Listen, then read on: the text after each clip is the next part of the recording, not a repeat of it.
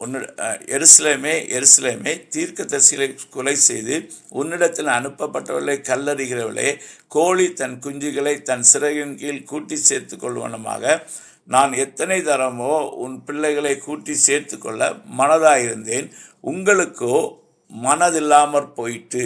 O Jerusalem, Jerusalem, thou that killest the prophets and stonest them which are sent unto thee, how often would I have gathered thy children together, even as a hen gathereth her chickens under her wings, and you would not.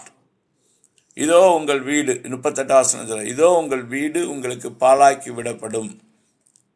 பாருங்க, எருசலேம் பட்டணத்தை, அதாவது இஸ்ரவேல் ஜனங்களை தேவன் ஒரு கோழி தன் குஞ்சுகளை சிறன்களை அணைத்து கொள்ள மனதாய் இருக்கிறது போல எத்தனையோ முறை நான் அணைத்து கொள்ள மனதாய் இருந்தேன். அதாவது கோழி குஞ்சுகள் மேய்ந்து கொண்டே இருக்கும்.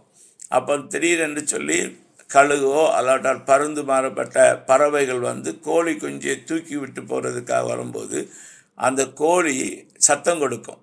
சத்தம் கொடுத்து தன் சிறகை திறந்து வைத்து விட்டு கூப்பிடும்.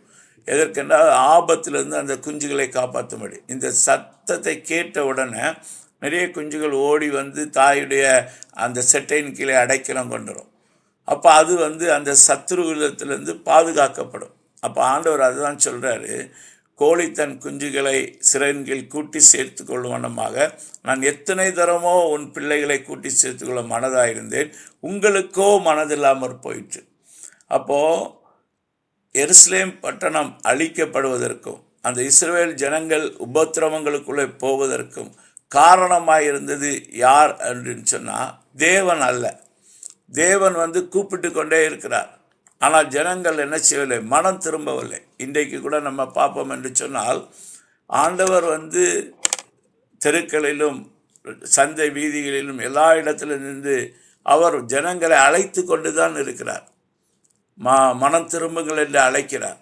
நீங்கள் வருத்தப்பட்டு பாரம் சுமக்கிறவர்களே, நீங்கள் எல்லாரும் என்னிடத்தில் வாருங்கள், நான் உங்களுக்கு இளைப்பாறுதல் தருவேன் என்று சொல்கிறார். என் நுகம் மெதுவாயிருக்கிறது, லெகுவாயிருக்கிறது, சுமை லெகுவாயிருக்கிறது, நீங்கள் என்னுடைய நுகத்தை ஏற்றுக்கொள்ளுங்கள் என்று சொல்லி தன்னோடு கூட இணைக்கப்படும்படி, உன்னுடைய பாரத்தை நீ தனியாக சுமக்க வேண்டாம், நீ தனியாக இழுத்து கொண்டு போக வேண்டாம், நீ அதனால் வேதனைப்பட வேண்டாம், கவலைப்பட வேண்டாம், சோர்ந்து போக வேண்டாம், நீ என்னோடு கூட உன்னை இணைத்துக்கொள், நான் உன்னுடைய பாரத்தை நான் சுமக்கிறேன், கர்த்தர் மேல் உன் பாரத்தை வைத்து விடு, அவர் உன்னை ஆதரிப்பார், நீதிமானின் காலை தள்ளாட விடார் என்று சொல்லி தேவன் கூப்பிட்டு கொண்டே தான் இருக்கிறார், அழைத்து கொண்டே தான் இருக்கிறார்.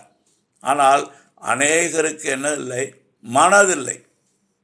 அவருடைய சட்டையின் கீழே வருவதற்கு மனதில்லை. உன்னதமான மறையில் இருக்கிற சர்வ வல்லோடைய நிலையில் தங்குவான். அங்கு நிறைய வாக்கு தத்தங்கள் சொல்லப்பட்டிருக்கிறது. பொல்லாப்பு உனக்கு நேரிடாது, வாதை உன் கூடாரத்தை அணுகாது, உன் பாதம் கல்லில் இடராதபடிக்கு தேவ தூதர்களை கொண்டு அவர் பாதுகாப்பார், உன் ஆயுசு நாட்களை அவர் பூர்ணப்படுத்துவார். அந்த உன்னதமான தேவனுடைய செட்டைகளின் மறைவிலே அவ்வளவு பெரிய அடைக்கலம் இருக்கிறது.